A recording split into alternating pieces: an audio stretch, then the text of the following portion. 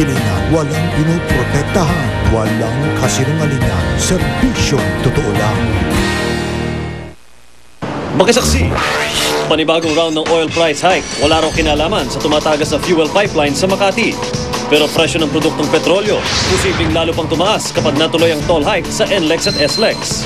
Sa gitna ng patuloy na pagbuga ng abo ng Mount Bulusan, ash sample sinusuri ng FIVOX para malaman kung mas mapanganib na magma na ang susunod na ibubulwak ng bulkan. Alamin kung paano pumayat ang lalaking ito na dati ay 403 pounds.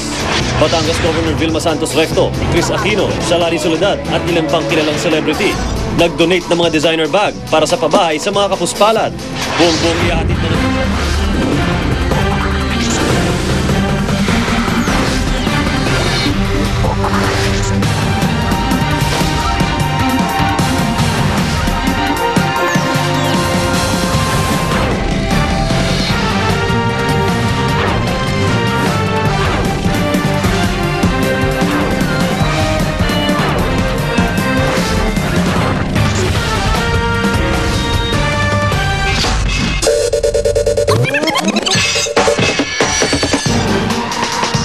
Walang kinalaman ang tumatagas na pipeline ng First Philippine Industrial Corporation sa panibagong bugso ng oil price hike. Ayon po yan sa mga kumpanya ng langis. Pero babala ng samahan ng mga independent petroleum company, asahan pang muling tataas ang presyo ng produktong petrolyo sakaling matuloy ang toll increase sa NLEX at SLEX. Saksi si Teresa Andrada.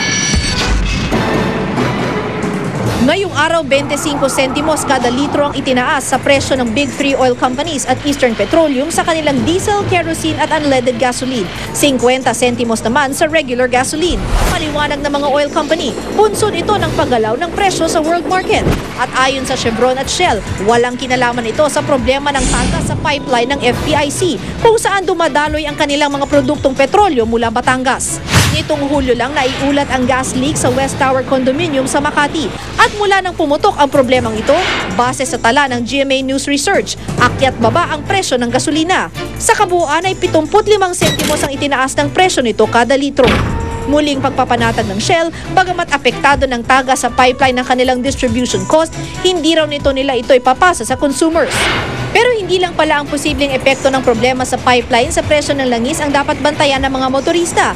May babala kasi ang chairman ng Independent Philippine Petroleum Companies Association at IPCA na posibleng tumaas ang presyo ng mga produktong petrolyo kapag tumaas na ang toll sa SLEX at NLEX. Magkakaroon din ito ng impact sa presyo ng fuel dahil sa transport ito Paliwanag ni Martinez, kung ngayon daw ay nagbabayad ng 150 pesos sa bawat one-way trip ang isang truck, pag natuloy na ang toll hike, magiging 450 pesos na ito. At ang pagtaas na ito, hindi raw maiiwasang maipasa sa publiko. Yung hauling expenses ng mga mag-go-haul mula sa south, going to south, kahit sa north nga, tinamaan na kami. May impact yan kada litro. Kaya naman suportado ng IPCA ang paghahain ng abogadong si Ernesto Francisco ng motion for reconsideration sa Korte Suprema para baguhin ang nauna nitong desisyon na nagpapahintulot sa pagtaas ng toll. Nandun sa kontrata, nakalagay doon, dapat ang kikitain ng investor ay constant. No? Kahit bumaba, kahit tumaas ang value ng peso, kahit mababa yung inflation, kahit yung ibang factors ay favorable, yun pa rin ang kikitain ng mga investors. Dapat dito sa 250% SLEX toll hike. Tutol din ang grupong Piston sa dagdag toll kaya nagrally sila sa Korte Suprema kanina. Teresa Andrada ang inyong saksi. Wala mang kinalaman ang tumatagas sa pipeline sa presyo ng langis. Apektado naman nito ang supply ng mga produktong petrolyo sa ilang gasolinahan sa Metro Manila. Nagrereklamo na tuloy ang ilang motorista. Live mula sa Commonwealth, Quezon City, saksi si Sandra Aguinaldo. Sandra? Yes, Iga, narito ako ngayon sa Shell Station dito sa Commonwealth at dito nga ay tanging diesel na lang ang natitirang produkto at yan po ay dahil ilang araw na ring walang dumarating na supply sa stasyon na ito ng Shell. Ganito ang eksenang dinatna namin. Tila walang humpay sa pagsenya sa mga empleyado ng Shell station na ito sa mga paparating na sasakyang alam nilang nagkakarga ng gas. Ubos na kasi ang lahat ng produkto nila, maliban sa Dieseline Ultra na karaniwang ginagamit ng mga jeep. Ang mabigat pa, hanggang bukas na lang daw tatagal ang Dieseline Ultra nila. May mga loyal naman kasi na nagpapakarga din sa Shell. Okay lang sila, naintindihan nila. Pero may mga time na customer na yung di nila naintindihan. May kititutak sila, sabi, tinatago daw. Ubos na ang supply ng Super Premium, Super Unleaded, V-Power Gas at V-Power Diesel. Kung dati 1,600 vehicles araw-araw ang nasaserbisyo ng Shell station na ito, ngayon nasa 500 vehicles lang daw ang nakargahan nila ng diesel. Ang iba, nangangambang abala ang idudulot sa kanila ng kakulangan ng supply ng Shell.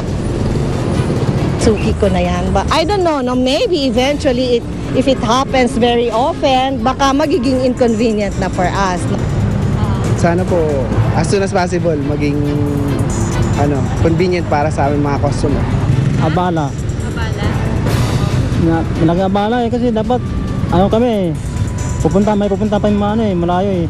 Kasi PO kami dito eh, suki dito. Ilan sa nakausap namin hindi alam kung bakit nagkakaubusan ng produkto sa ilang Shell station kaya kailangan pang paliwanagan. Kaya pala dun sa kabila kanina, sa may Quezon Hub, sarado. Kaya dito ako magkarga ulit. Actually, wala akong idea eh. Yun ang inaano ko sa kanila dahil kahapon, tinatanong ko ba't wala ng mga gasolina. Igan sa isang pahayag ay sinabi ng Department of Energy na nag-abiso na sa kanila ang Shell na babalik na sa normal ang supply ng produktong petrolyo sa darating na Miyerkules. Ako po si Sandra Aguinaldo, ang inyong saksi. Eksklusibong nakakuha ng video ang GMA News ng pagtagas ng petrolyo sa bitak ng pipeline sa Makati. Tinukoy na ng FPIC na 5 grain-sized o gamunggong butas sa bakal ang pinagmumula ng tagas. At live mula sa Makati, saksi si James Velasquez. James. Vicky, mahigit 700 drum na nga ng tumagas sa produktong petrolyo ang nakukuha mula dito sa West Tower Condominium habang patuloy pa rin sa paghahanap ng paraan ng FPIC para makumpuni ang tumagas sa pipeline. Ito ang aming nasaksihan pasado alas 7:30 ngayong gabi. Mabagal ang daloy ng trapiko sa Osmeña Highway. Hanggang ngayon ay hindi pa rin kasi nakakadaan ng mga heavy vehicles sa Magallanes Interchange kasunod ng pagkakadiskubre sa bitak sa pundasyon nito. Pasado alas 8 naman at dumating ang Makati PNP para inspeksyonin ang seguridad sa paligid ng West Tower at construction area kung saan naghukay ang FPIC. Sa eksklusibong video na nakuha ng GMA News, kitang-kita ang patuloy na pagtagas ng produktong petrolyo sa bitak sa pipeline. Kapansin-pansin din na may tapal na bakal malapit sa bitak. Ayon sa FPIC, di raw sila nagkulang sa maintenance ng pipeline.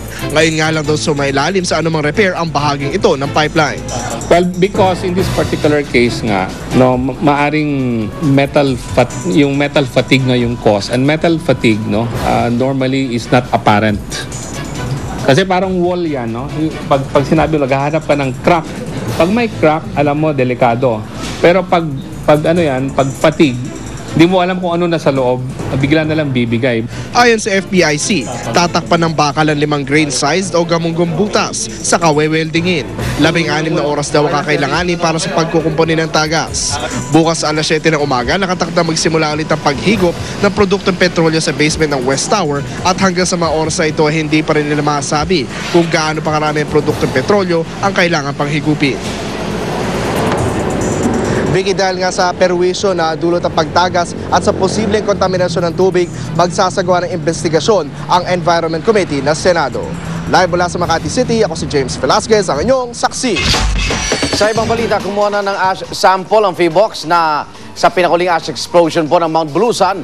Dito aalamin kung mas mapanganib na magma na ba ang susunod na ibubulwak ng bulkan. Mula sa Sorsogon, saksi si Rauna Crisostomo. Muling sumabog at nagbuga ng abo ang Mount Bulusan pasado alas 6 nitong umaga. Ito na ang ikalawang pagsabog ng bulkan matapos ang unang phreatic eruption o ash explosion nung Sabado. Kaunti lang ang putok ng tunog niya. Oo. Tapos nagbuga na ng kaunting abo. Ganito, ganyan. Hindi marami. Kasi nagluluto ako tapos nakita na lang ng kapitbahay ko umaano na daw yung aspol. Parang ulan siya na yung ambon-ambon lang na yung sa ulan ang parang ambon. Akala namin ulan yung palang sumabog pala yung bulkan. Agad namang kumuha ng ash sample ng PHIVOLCS. Pwede raw malaman dito kung patuloy bang abo ang ibubuga ng bulkan o posibleng bumulwak na ito ng magma na mas delikado para sa mga residente. O kung halimbawa may involved na magma, sabihin pwede tayong mag-expect na mas malakas na pagputok. So yun yung tinitingnan ng pagkuha ng abo. So kung halimbawa yung mga old materials pa rin yung makikita natin, ibig sabihin wala pa rin involved na magma dito. 1918 huling pumutok ang bulkan na may dalang magma. Noong 2007 naman ito huling bumuga ng abo. Sinapul noon ang barangay Cogo na nasa paanan ng bulkan. Pero marami pa rin ang naninirahan at naghahanap buhay sa barangay na ito. Kanina pumasok pa rin sa 4-kilometer permanent danger zone si Mang Dani para anihin ang kanyang mga pananim. Gayunman, kitang-kita sa kanyang mga paa ang sinalubong na abo sa taas ng bundok. Hindi ko naman alam kanina na umunay mong bulkan. Naanuhan ko na lang, maraming abo. Siyempre, nandito ang harap buhay. Kung pagdating mo doon, kung irulikit ka doon, wala kang harap buhay. Iyan pa ang talagang malaking problema dito kasi gaya sinabi ko, yung kabuhayan nila ayaw nila iwan, nandun ang buhay nila. Pero naka-ready naman kami na once na maging grabe ang sitwasyon, wala tayong magawa kundi evacuate sila. Wala pang inilikas ngayong residente sa bayan ng Irusin pero nakahanda naman daw ang mga evacuation center oras na kailanganin. Ako si Rauna Crisostomo ang inyong saksi.